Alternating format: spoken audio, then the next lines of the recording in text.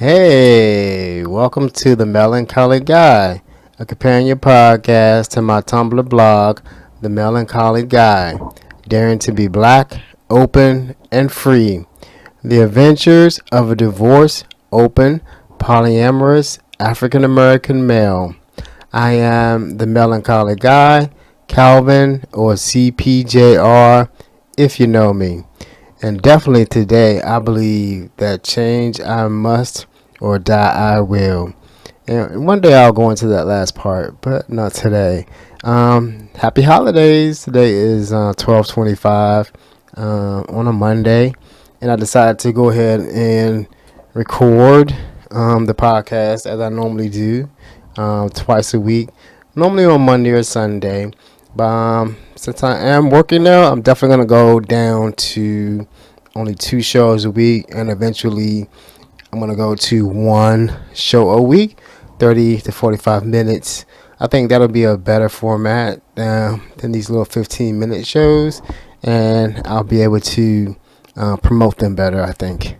So anyway, the podcast is basically about me and my Tumblr blog, which can be found at melancholyguy.tumblr.com, and basically it is about me writing down my thoughts, the actions, what was going on, the drama, as I tried to open up my marriage, go from being monogamous to non-monogamous, and the different stages that I personally went through, we as a couple went through, my ex-wife, and how I got to this place where I am today.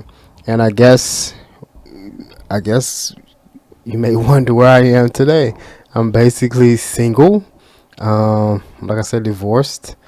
I have no serious relationship, nor when I say I'm open to them, I'm not seeking any serious relationships. Like after this, going through this last process, I have shut down every dating profile I ever had.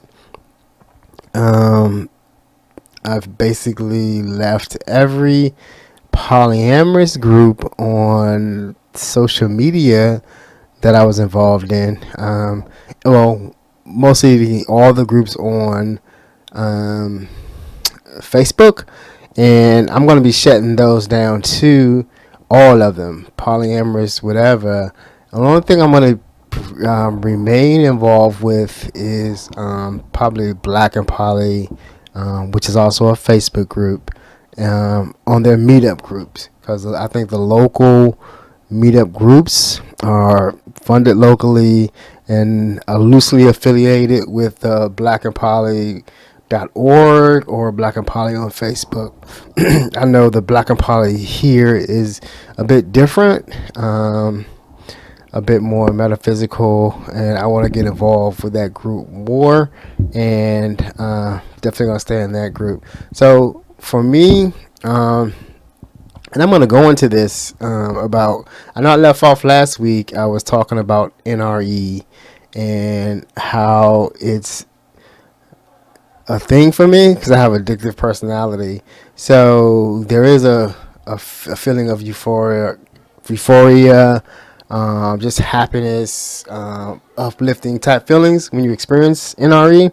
And maybe a lot of people haven't experienced it in a while because it's basically associated with new romantic relationships. If you were like me growing up in junior high school, I was not the one and done type. I was adventurous. I was meeting people all the time, women and girls at the time. But basically just enjoyed meeting people, starting new relationships, and seeing where they headed. I wasn't necessarily looking for the girlfriend and all that type of thing.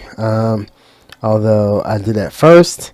By the time I got to high school, that was a done deal. Like I said, you could call me your boyfriend. I probably would call you my girlfriend, but you know I wasn't around all the time, and back then there weren't phones. And if you allow me to talk about what I'm doing today, I would tell you exactly what I did today, who I was with, and what was up. I prefer to have those type of friends, and for the most part, I did. I never, attempted to lead anybody on. But so I wanted to touch more on that NRE part. For me, from what I've discovered, being in the non-monogamous community, more in the black non-monogamous community, is that NRE does not mean that you're in love, or doesn't mean that it is love. I think a lot of the feelings that people are experiencing, it's just actually NRE. It's that precursor to what real love is or could be. That's why I think we see, or basically maybe that I was in, a lot of flame outs. You know what I mean? Just that feeling of, we have this mutuality, which for the most part, with me being in the groups, was the commonality was we're both polyamorous. You know what I'm saying? We're both open. We're both sexually positive. And that was it. Now, so when we got together, that was the mutual attraction in the relationship. And so a lot of times you get that feeling of euphoria that you've met with somebody, you get pumped up and you think, I'm in love. You know what I mean? And the reason that I say that NRE is in love, because you have so many people fall out real quick. You know what I mean? Like you'll see it in the community when people will just meet someone new, start posting, and I'm did this too. Start posting, pictures together. I love you, flirting online, all that stuff, and then also being in that group, sort of like as an echo chamber, and you're getting doubly pumped up from the person, from the group. You're connecting, you're doing your poly right, everything's looking good, but then it's not real. You know what I'm saying? It's not built off of to last, and people get hurt on both sides. I've been hurt. I've hurt people, just based on that feeling of NRE and thinking that that was love. You know what I mean? And for me, the reason why I say it can't be love, because it doesn't last. It takes you a little while to get over the absence of that NRE, that feeling, but then you're left empty, wondering what the fuck was that? That wasn't love. It didn't last. It wasn't made to last. I think it takes time. I believe in love at first sight and all that stuff. That's possible.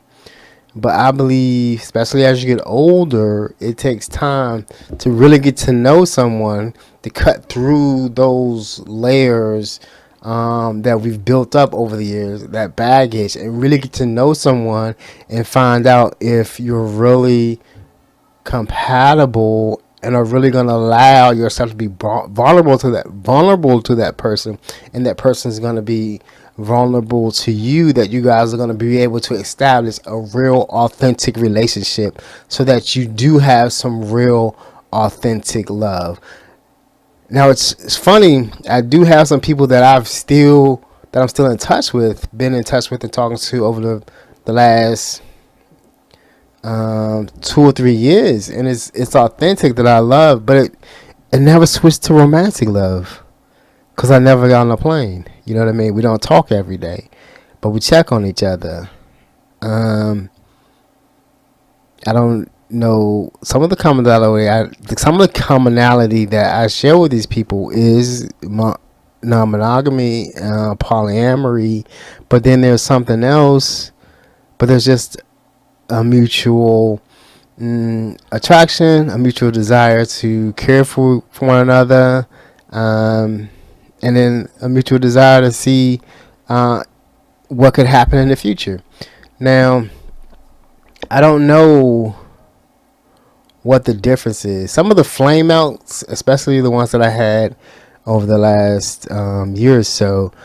They were so bright because, you know what? I'll tell you what it was. Uh, this is me, confessional corner, because this is important. I think that if you're really thinking about polyamory or non-monogamy, you need to really, really think about why. I'm not going to my blog tonight, down to 4 minutes already, but you really need to think about why. You really have to know yourself, because you could be in it for the wrong reasons. You could actually, it's a bit more than being in it for the wrong reasons. You could actually be after the wrong type of relationships. Um, you know, I went from, polyamorous, swinging, looking for triads. Even in my swinging, I was trying to have relationships with other single women who were swingers, and then trying to add them to the relationship. You know what I mean? Like, I didn't really understand what I needed, and that's why for me right now I'm pulling back, because I don't really need it right now. You know what I mean? I'm happy doing what I'm doing, and I think that's a good place to be. One of the things that you see in the community is people are always searching and lonely, and they have relationships. And I'm wondering, why are you lonely? You know what I'm saying? I never had a problem finding a relationship when I wanted one. And if I did, I would think to myself, I need to work on some shit. You know what I mean? Because obviously, I got some shit I need to work on because I'm by myself for a reason. I always think that, or believe that whatever happened, it was supposed to happen. And I really got lost in my last relationship because right now, I'm supposed to be probably getting on a plane tomorrow, going to Atlanta, going to New Orleans. But it's obviously I really wasn't supposed to go there because I'm here. I'm supposed to be here doing this podcast on December 25th because I'm not there. You know what I'm saying? So I'm good with that. I'm happy in that, and I'm happy that I'm able to do this podcast down to 2 minutes. I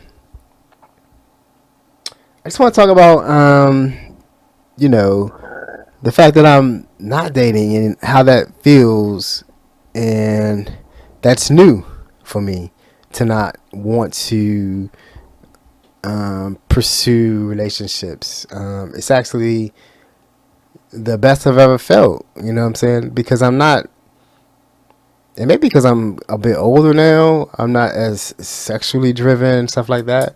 I miss it, but I don't miss sex. I think I had it so good with my ex-wife, and it was such a tight bond that for me, sex, just to have sex, isn't appealing to me. That's more, I talked about my demisexuality. But we'll talk about more. I'm going to leave NRE alone now. I think it's just important that you understand that that feeling does not mean love. That feeling is that feeling. Ride that shit out, but understand that is not equal to love. It is the beginning of what could be love. I think that's important to know. NRE is basically the beginning to what could be love. Give it some time. All right.